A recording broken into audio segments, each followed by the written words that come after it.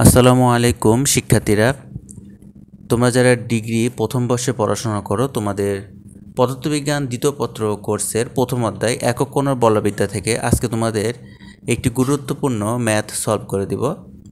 এখন আমি রেগুলার তোমাদেরকে যে প্রথম অধ্যায়ের যে ম্যাথগুলো রয়েছে এগুলো নিয়ে ক্লাস দিব আর কি, কয়েকটা আপলোড দিব ইনশাল্লাহ নিয়ত করছি।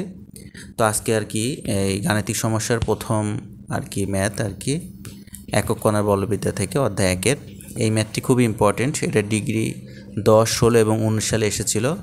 এটা ইম্পর্টেন্ট একটি ম্যাথ। তো দেখো এই ম্যাথটিতে বলছে যে 200 গ্রাম ভরের একটি বস্তুকে 2 মিটার উচ্চতা থেকে ফেলে দিলে ভূমি হতে কত উচ্চতায় এর স্থিতিশক্তি গতিশক্তির দ্বিগুণ হবে। তাহলে স্থিতিশক্তি মানে কিন্তু বিভব শক্তি। তো এখানে বলেছে যে স্থিতিশক্তি গতিশক্তির দ্বিগুণ হবে। তাহলে আমরা কিন্তু সত্যমতে লিখতে পারি যে স্থিতিশক্তি বা বিভব শক্তি সমান 2 ইন্টু গতিশক্তি। এটা আমরা লিখতে পারি না? আমরা কিন্তু লিখতে পারি। তাহলে এটা এখন আমরা এখানে লিখে ফেলি। তোমরা এখানে লিখবা যে সত্যমতে বা প্রশ্নমতে লিখতে পারো। সত্যমতে লিখবা স্থিতিশক্তি যেটা দেওয়া আছে আর কি কোশ্চেনে, এখানে লেখো যে স্থিতিশক্তি সমান লিখবে হচ্ছে 2 ইন্টু গতিশক্তি। আশা করি বুঝতে পেরেছি। এই যে লেখা আছে স্থিতিশক্তি গতিশক্তির দ্বিগুণ, তাহলে এখানে লেখা হচ্ছে গতিশক্তি। আচ্ছা, স্থিতিশক্তি সমান আমরা কি লিখতে পারি? স্থিতি বা বিভব শক্তিকে আমরা ইপি দ্বারা প্রকাশ করি, ইপি দ্বারা প্রকাশ করি। আর 2 ইন্টু গতিশক্তিকে আমরা হচ্ছে ইকে দ্বারা প্রকাশ করি। ঠিক আছে। আর আমরা দেখো ইপি সমান লিখতে পারি হচ্ছে ইপি সমান সূত্রটা কি এম জি এইচ। আশা করি বুঝতে পেরেছ। আর 2 ইন্টু ইকে সমান আমরা জানি গতিশক্তি সমান হচ্ছে হাফ এম ভি স্কোয়ার। আশা করি এ পর্যন্ত তোমরা বুঝতে পেরেছ। তো দেখো শিক্ষার্থী বন্ধুরা, এখানে 2 আর এই 2 কিন্তু কেটে যাবে। কেটে গেলে তাহলে আমাদের বাম দিকে থাকবে হচ্ছে এম জি এইচ আর ডান দিকে থাকবে হচ্ছে এম ভি স্কোয়ার। ঠিক আছে। এবার দেখো M G H equal to M V square আছে না? তো পরন্ত বস্তুর ক্ষেত্রে আমরা জানি যে ভি স্কোয়ার সমান সমান ইউ স্কোয়ার প্লাস 2জি এক্স। এটা আমরা জানি পরন্ত বস্তুর ক্ষেত্রে। এই যে আমরা জানি যে ভি স্কোয়ার ইকুয়াল টু হচ্ছে ইউ স্কোয়ার প্লাস 2জি এক্স। এটা আমরা হচ্ছে জানি পরন্ত বস্তুর ক্ষেত্রে। তো পরন্ত বস্তুর ক্ষেত্রে যখন স্থির অবস্থা থেকে একটি বস্তু নিচের দিকে পড়তে থাকে তখন তার আদিবেগ 0 হয়। তো আদিবেগ ইউ দ্বারা প্রকাশ করা হয়। তাহলে ইউটা 0 হয়ে গেলে এখানে থাকে শুধু 2gx।